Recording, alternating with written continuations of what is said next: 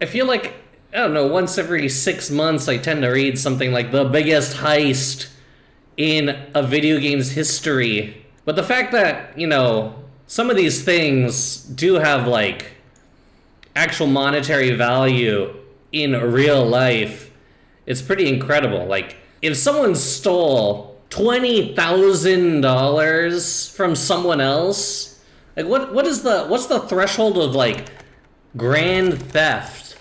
$7,500 or more in Ohio. Far beyond grand theft here. Oh, this guy got catfished.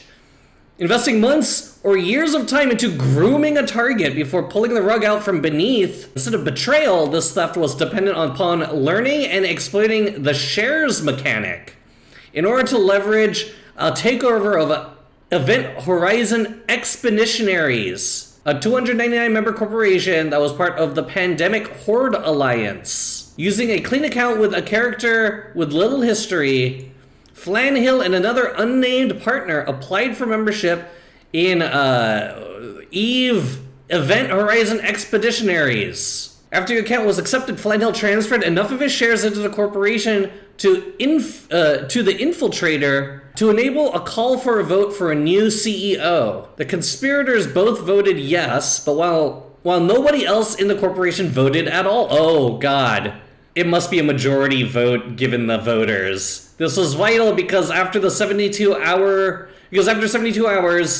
the 2 yes votes carried the day.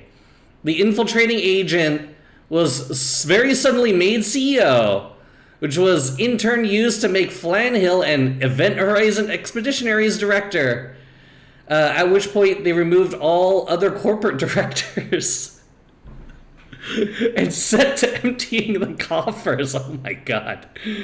This is some true hostile takeover shit. Counting all the stolen assets, including multiple large ships, Flamhill estimated the total value of the heist at $2.23 trillion, which works out to more than 22,300 in real money. This heist was made possible by really only 2 things. I had come into the shares by pure chance, and Event Horizon Expeditionaries leadership barely registered a heartbeat. We talk about this, I've given talks about this, strangely enough, at the last talk I gave in Columbus. The role of leadership and community, and something that's really important is making sure that there's direct communication and two-way communication. Because without direct communication to leadership and two-way communication, not just from people to leadership and leadership back to the people, or members to leadership and leadership back to members, you lose the sense of community pretty quickly.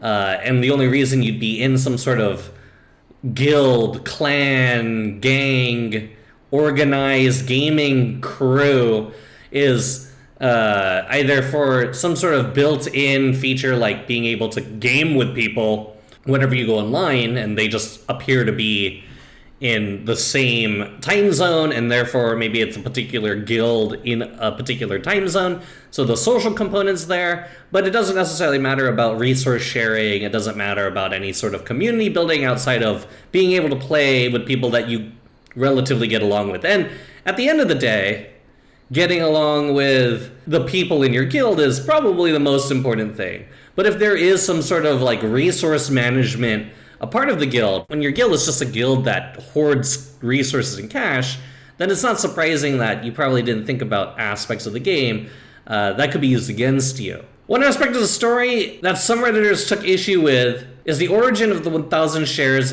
in Event Horizon Expeditionaries that made the theft possible in the first place. Some Redditors theorize that Flamhill is actually a long-departed founder of the corporation, who's been sitting with those shares in his personal wallet for years. In the end, it turned out that the former CEO theory was correct. It was someone who previously was in this group. Speaking to PC Gamer, the mastermind of the heist, known in EVE as Cinna Dorian, real name Dave, confirmed that he was in fact the founder and former chief of Event Horizon Expeditionaries, which is how he had the shares of the company that enabled the takeover. He quit EVE in 2018, citing a burnout and other priorities, but returned in 2022 to find Event Horizon Expeditionaries a shell of its former self. After forming a new group, Dave reached out to the corporation to inquire about getting some of his old assets back, but was ignored.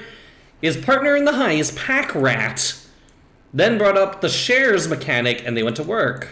They were aided by a third friend and former Event Horizons member who handled some of the research in order to keep Dave Dorian's name out of it. Although Highlander McLeod was kept in the dark about the job until it was over to ensure operational security. It's like someone buys all the roads in Catan and gets longest road, but also breaks the game for everyone else because they can't buy roads anymore. There are rules in games where it's just like, that's a tactic that the game wasn't really meant to support, but if enough people do it, then there will be support for a new mechanic that wasn't really meant or planned for. Magic the Gathering classically had a mechanic called milling. A rule that's part of the game is what happens if you get 60 cards in a deck, but what happens if you run out of cards? Well, in the world of Magic the Gathering, you don't take all your cards in your discard pile and reshuffle. Rather, if you run out of spells to cast, cards to play, you lose the game.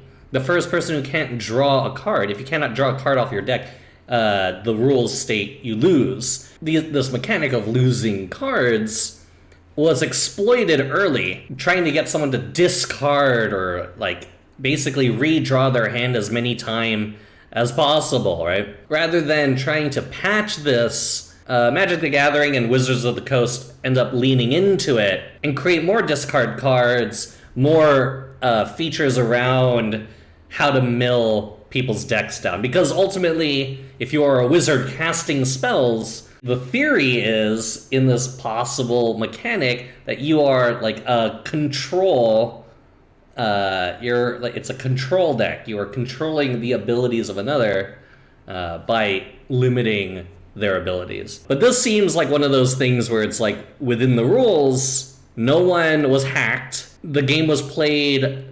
given the rules, you could do this. It wasn't illegal. It's not like he was like using aimbot to do this. He just was able to because of the mechanic. Now, will this mechanic get patched? Is there some mechanic or something like this that allows for this to not happen again? I don't know how the variability is from group to group, guild to guild, clan to clan.